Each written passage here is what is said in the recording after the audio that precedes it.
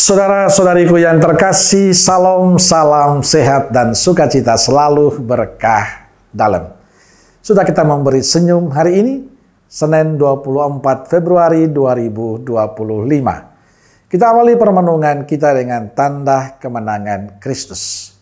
Dalam nama Bapa dan Putra dan Roh Kudus. Amin.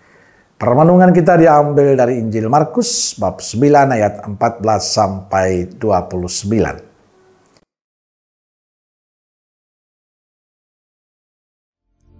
Ketika Yesus, Petrus, Yakobus, dan Yohanes kembali pada murid-murid lain, mereka melihat orang banyak mengerumuni murid-murid itu, dan beberapa ahli Taurat sedang mempersoalkan sesuatu dengan mereka. Pada waktu orang banyak itu melihat Yesus, tercenganglah mereka semua dan bergegas menyambut dia. Lalu Yesus bertanya kepada mereka, "Apa yang kamu persoalkan dengan mereka?" Kata seorang dari orang banyak itu, "Guru, anakku ini kubawa kepadamu, karena ia kerasukan roh yang membisukan dia. Dan setiap kali roh itu menyerang dia, roh itu membantingkannya ke tanah. Lalu mulutnya berbusa, giginya bekertakan, dan tubuhnya menjadi kejang. Aku sudah meminta kepada murid-muridmu supaya mereka mengusir roh itu, tetapi mereka tidak dapat." Maka kata Yesus kepada mereka, "Hai kamu angkatan yang tidak percaya, berapa lama lagi aku harus tinggal di antara kamu? Berapa lama lagi aku harus sabar terhadap kamu? Bawalah anak itu kemari." Lalu mereka membawanya kepadanya. Waktu roh itu melihat Yesus, anak itu segera digoncang-goncangnya, dan anak itu terpelanting ke tanah dan terguling-guling, sedang mulutnya berbusa. Lalu Yesus bertanya kepada ayah anak itu, "Sudah berapa lama ia mengalami ini?" Jawabnya, "Sejak masa kecilnya. Dan seringkali roh itu menyeretnya ke dalam api ataupun ke dalam air untuk membinasakannya. Sebab itu, jika engkau dapat berbuat sesuatu, tolonglah kami dan kasihanilah kami."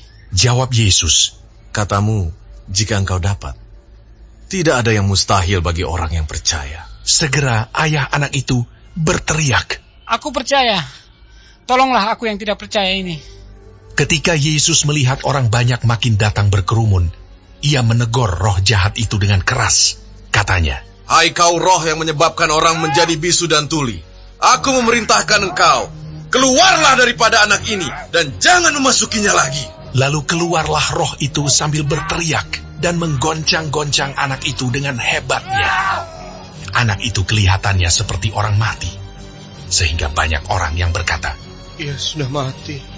Tetapi Yesus memegang tangan anak itu dan membangunkannya, lalu ia bangkit sendiri.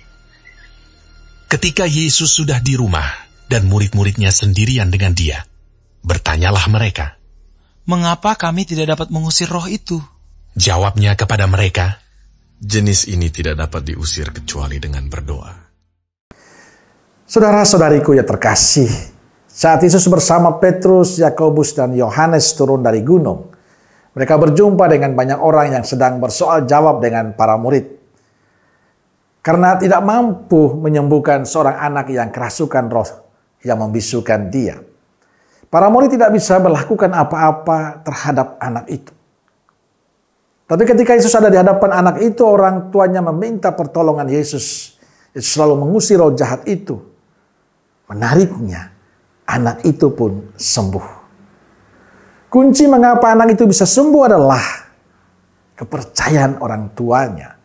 Mereka datang dan bertemu dengan Yesus. Mereka minta kepada Yesus agar menyembuhkan anaknya yang kerasukan roh jahat. Pada saat mereka datang dan meminta, karena mereka percaya, mereka beriman kepada Kristus, bahwa Yesus punya kuasa untuk menyembuhkan anaknya.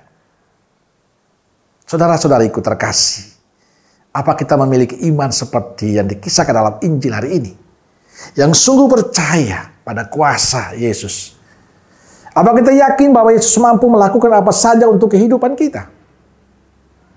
Apakah kita yakin Yesus mampu atau sanggup melepaskan semua kuasa jahat dalam kehidupan kita?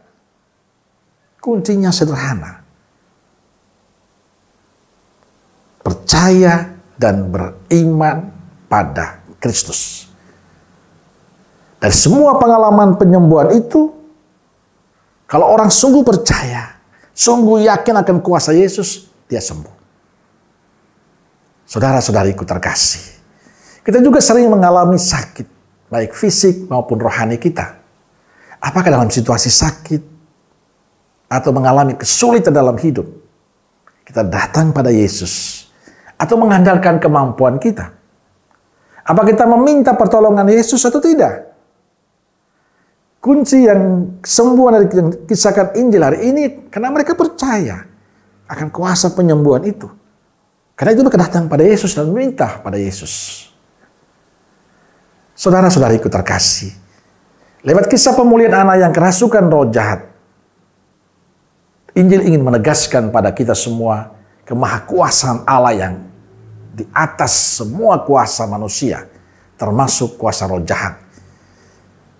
Tapi kita harus menyadari bahwa kita selalu akan diganggu oleh roh jahat dan seringkali menguasai diri kita. Tapi jangan takut, kita punya Yesus yang mampu menyembuhkan kita. Datang dan percayalah hidup kita pada Kristus, pasti akan membebaskan kita dari roh-roh jahat itu. Maka supaya kita dibebaskan dari roh jahat yang membuat kita jauh dari Tuhan, maka kita perlu memperkuat iman kita pada Kristus. Kita perlu lebih dekat dan intensi berjumpa dengan Kristus, berkomunikasi dengan Yesus, agar hidup kita sungguh-sungguh dikuasai oleh Kristus. Maka sebagai orang beriman, kita belajar dari kisah Injil hari ini, memperkuat iman kita untuk selalu datang pada Yesus, percaya pada Yesus, meminta pertolongan Yesus, supaya Ia mampu menjaga dan menolong kita, sehingga hidup kita sungguh-sungguh menjadi hidup yang penuh berkat. Amin. Semoga Allah yang Maha Kasih memberkati saudaraku sekalian, Bapa, Putra, dan Roh Kudus. Amin. Roh Kudus Nazaret, doakanlah kami. Amin. Berkah dalam.